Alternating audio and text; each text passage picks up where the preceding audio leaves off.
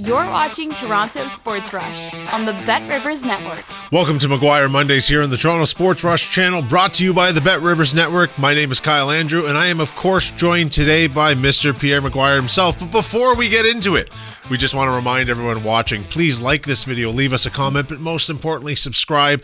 That's exactly how we bring you the best content here on the Toronto Sports Rush Network. Pierre, Toronto Maple Leafs have re-signed Nick Robertson for $1.825 million, a one-year deal.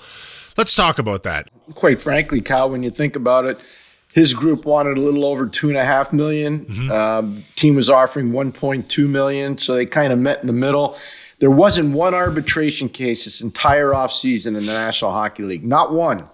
It's amazing. All of them got settled on the courthouse steps before everybody went in to engage. And quite frankly, I think it says a lot about Toronto being the last one. I'm still not sure that there's going to be a steady piece of work for Nick Robertson with the lineup that they have right now. And I know people are saying, well, he can replace some of the points that Mitchell Marner, got last year. And I think they're still not done fine-tuning this roster.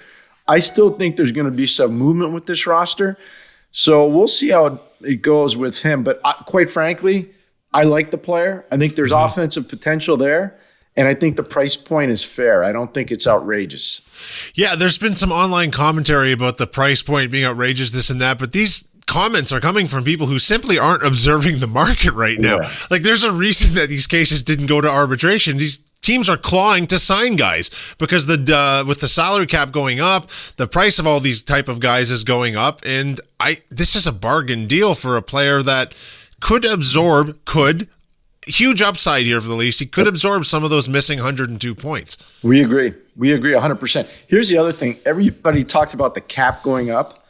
Go take a look at how many teams haven't spent to the cap. They haven't spent to the cap because they don't want to lose money. And so this is going to be an interesting time for the National Hockey League. It's going to be really interesting for member organizations, for the Players Association. They do have a new collective bargaining agreement. I think it's going to be fascinating to watch where teams spend to, because I think there are going to be a lot of internal caps. Forget the cap that's out there publicly. I think a lot of owners have said to their general managers, no offer sheets, don't go to ARB, try to get things done before there's an ARB. We didn't have one ARB case. We didn't have one offer sheet this entire offseason. I think people are forgetting that, conveniently forgetting too, by the way. Everybody was projecting massive arbitration rulings, going to be massive Group 2 or restricted free agent offer sheets out there. We didn't have one of any of them. It's definitely a different look for the league. He was the last person that could have gone to arbitration here, and they didn't let him do it. And as you say, they basically met in the middle. I don't see. There's so much upside here, and let's get back to the point that this signing, it could make him better trade bait too, possibly. But the upside of someone here is, you've got a guy whose goals per 60 minutes was second place in the team behind Austin Matthews, according to Maple Leafs Daily. Like, that's a pretty significant number of upside, and we can't forget that he's a young guy whose development was largely constrained by what happened with COVID. We can't forget that those are valuable years of development. Like, they could be on to someone here with, 20, 25 goal potential for certain. I love that statement, Kyle. I think you're spot on. And here's the biggest thing about it. He's got to go to camp this year and show Craig Berube what he can do, not with the puck. I think everybody in Toronto knows what he can do with the puck. He has to show Craig Berube what he can do without the puck, and that he's not going to be a liability in their own zone, that he can play over 16 minutes a game and be a plus player. That's what he's going to have to show, that he can be on the second power play and be trusted to make good decisions, especially in the neutral zone with the puck if he's carrying it. So this is going to be a really important training camp, I think, for Robertson. I really do. And it's getting the trust of the coaching staff that's going to matter the most for him, I believe. Yeah, I mean, he only played in 3 playoff games last year, and that's one of the things that a lot of people have looked to about what his role with this team is, but there's a lot of circumstances for that, and this roster's this is so much less a top 6 roster now, and a roster that's more focused on the full 12, or at least the top 9, and he definitely has the upside potential to be one of those top 9 players, top 9 skaters. You know, what you say is so great, the point about proving himself to Berube and his need to do that, because it's not the fan base he has to prove himself to. He has to prove that he belongs on the roster, and we've talked about this endlessly, about this molding itself into more of a Berube roster. He needs to now fit into that, and I think he's pretty close. I would agree. So nothing speaks more to the point you just made than the acquisition of Nicholas Roy, the acquisition of Dakota Joshua. Those are two players that Craig Berube knows really well. So his fingerprints are on the roster creation here. He coached a ton of games when he was in St. Louis and Nick Roy was in Vegas. He coached Dakota Joshua in St. Louis. So he knows these two players unbelievably well. And it speaks to what they're trying to do. The extension for Steven Lorentz is a huge thing. I think Scott Laughton's going to be much better this year than he was last year. He had never been traded in the NHL before. He goes from Philly to Toronto. There's a lot of pressure, and I don't think he measured up to the potential that he's shown me over the course of his career. I think Laughton will be a good player. But your point about this is a 12-man roster in terms of forwards. It's not 3, it's not 6, it's 12. And that's where Toronto's going right now. And that's why it's going to be really important for Robertson to get the trust of the coaching staff early. Because if not, if you look at the 12 names that are on my roster sheet right now, his name's not on there. Mm-hmm. So he's going to have to earn the trust of the coaching staff pretty quick. Well, it's not only that too, Pierre, but I think there's something to be said for, I think both of us kind of agree that the Treliving's not done, but he might be done for now. Because he's creating an environment. These guys are reporting to camp in about a month, give or take. And it's going to be a hotly contested camp because there's guys fighting for jobs and positions. And let's be honest, they're fighting for those 102 points. And we can't stop talking about the 102 points because it's a massive amount to lose in the modern NHL. But as we've said, this Leafs team has a roster that can pick up these points by committee. Yeah, I think Max Domi can be part of that committee. I think Matthias Michelli can be part of that committee. I think Bobby McMahon can still go higher offensively. And I think the depth scoring, and it's a little bit of the page of the Florida Panthers with Dakota Joshua, with Scott Laughton, with Steven Lorentz.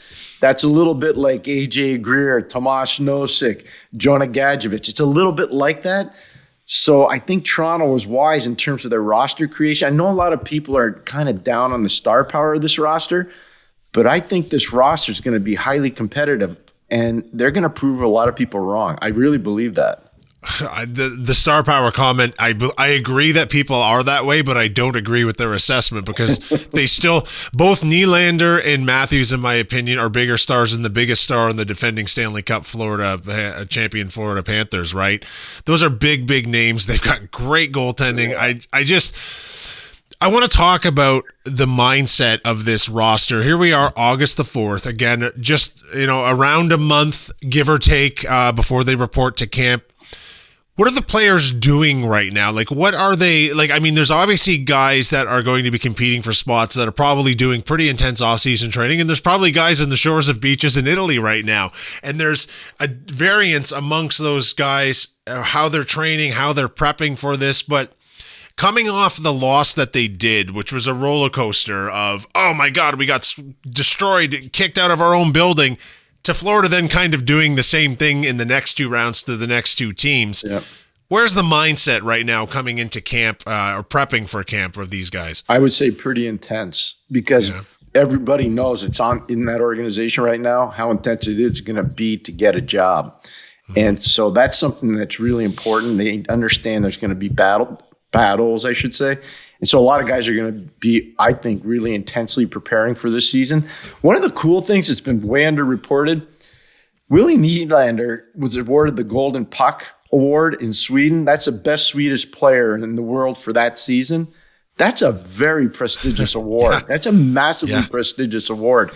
And I think he brings a whack of confidence into this season. I don't know if he's going to play with Johnny Tavares. I don't know if he's going to play with Austin Matthews. That'll get sorted out in training camp and as the season goes along.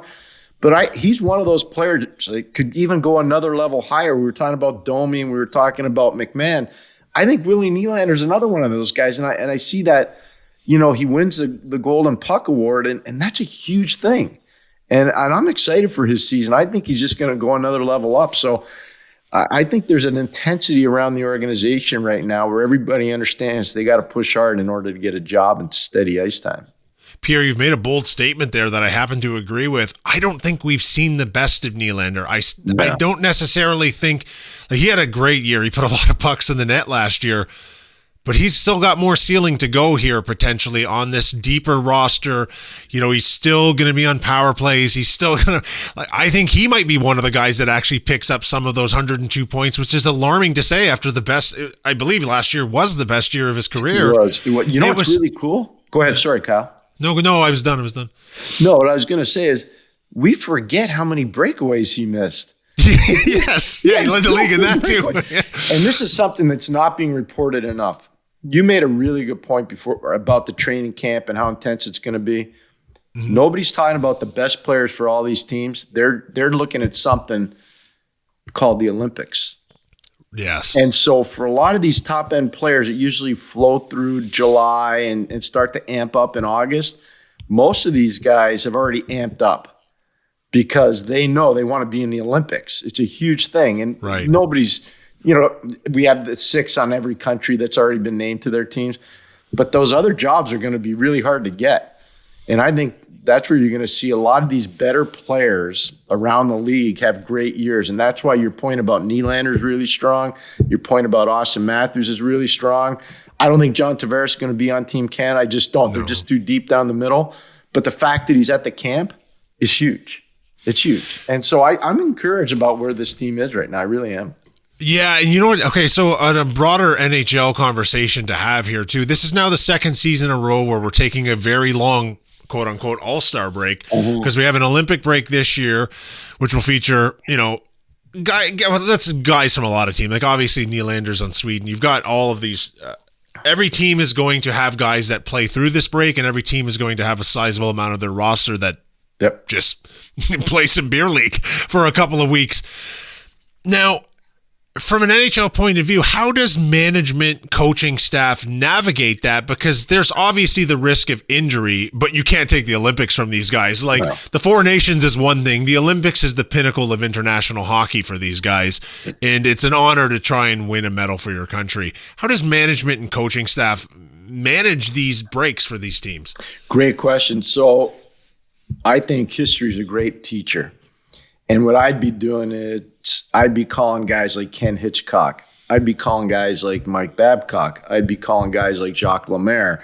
I'd be calling guys that have gone through it. Obviously, you can't call the late Pat Quinn, but he would be a fountain of information. I think you got to call those coaches that were coaching in the NHL, but also involved in the Olympics and say, hey, what'd you do to make your players ready? What'd you do to make sure your players were ready after the Olympics? How much time did you give them off? So there's already, I think, a preordained way of doing it. Mm-hmm. And I talked to some of my players. Like, if I was in Pittsburgh and I was Cal Dubas, I'd be talking to Sidney Crosby. You know what I mean? I'd want to know from Sid, hey, what'd you do? What'd you like after 2014? What'd you like after 2010? I'd be doing that with all the players. I think that's really an important thing. But I do think, and I've been through it. I've done 8 Olympics.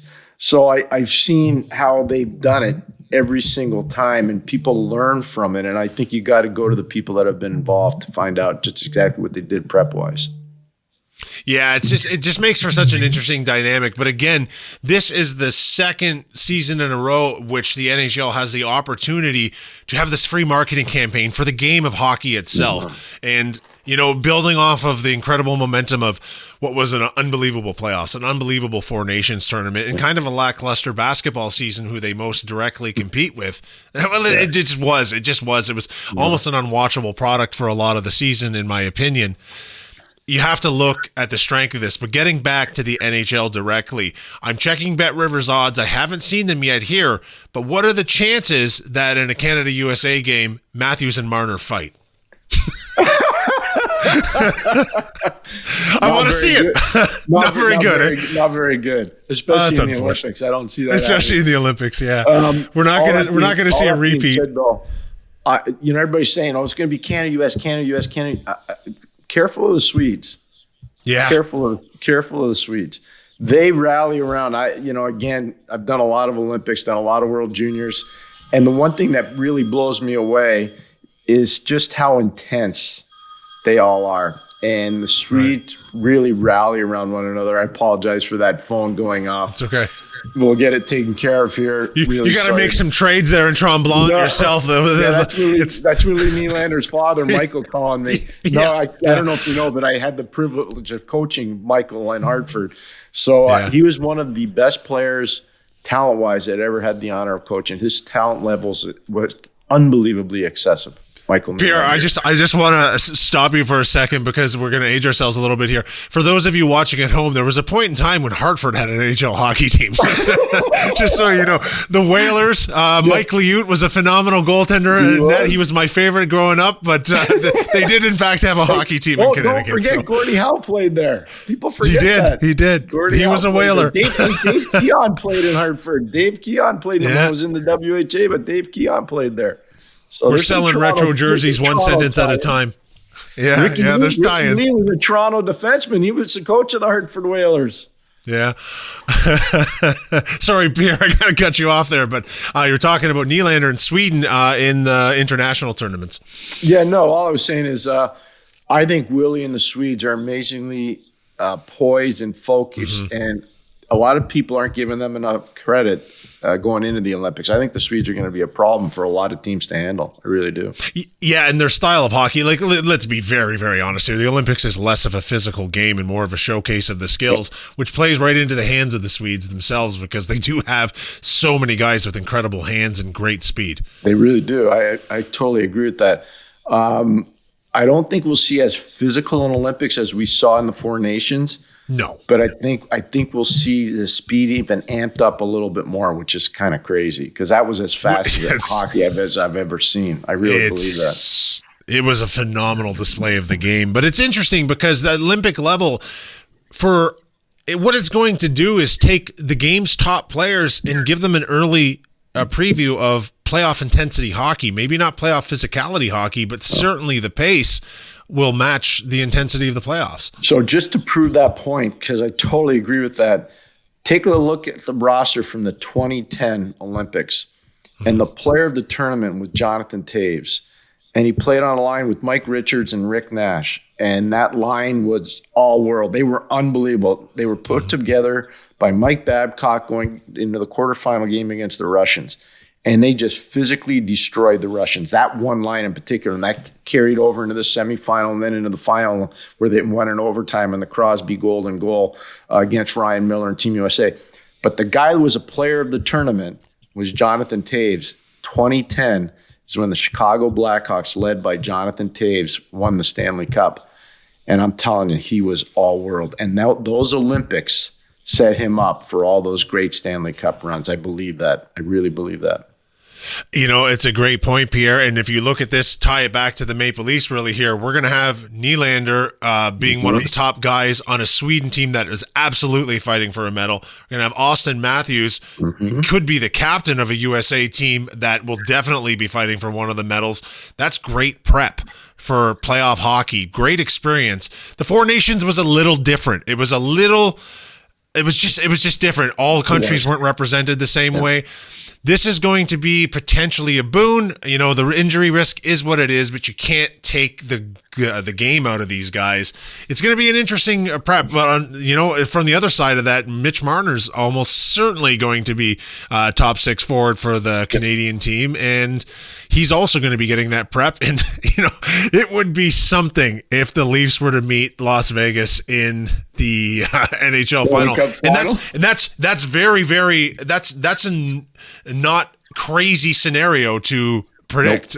Nope. These are two very good hockey teams. It's not an outrageous statement at all. It really is not.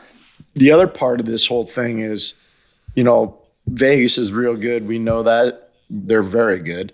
And I think Florida, even though they've been to the final 3 times and they've won back-to-back, they're going to have a whack of players. They could have 8 or 9 guys at the Olympics. That's a lot. Yeah. And that's a ton of hockey. Look at what happened. You know, Matthew Tkachuk was not 100% healthy in these playoffs. And there's rumors that he might not play until December, you know, which would be – that's pretty significant. So we'll see how it goes with Florida. But I know there are a lot of doom and gloomers out there about Toronto. I'm not one of them. I think Toronto's a much better team than what the pundits are saying. I really believe that. I agree with you 100%, Pierre, and that's a great note to end it on, because this is not a top 6 league anymore. We've seen the formula. We've seen the blueprint. Bottom 6 is getting it done in the playoffs. Consistency across the board. 4 lines that can play solid hockey. 4 lines that can defend. It seems as though the Toronto Maple Leafs have built towards that. Anything else to add? Agreed. No, totally agree. And here's the other thing. Look around the league. To your point, Kyle, look around the league and look at how many teams add players you really don't know their names, but they've done unbelievably well at the American League level. They're depth forwards, but they play with energy. They play with what I call vim, vigor, and vitality. And so those are guys that aren't getting big plugs right now, but come, let's say, January, February, going into that Olympic break, you watch how many of those guys are playing in the NHL. They're going to be a lot more than people think, a lot more. And there you hear it, folks. My name is Kyle Andrew, once again joined by Pierre McGuire. McGuire Mondays here on the Toronto Sports Rush Network, brought to you by Bet Rivers. We'll see you soon, folks. Thanks for watching Toronto Sports Rush on the Bet Rivers Network.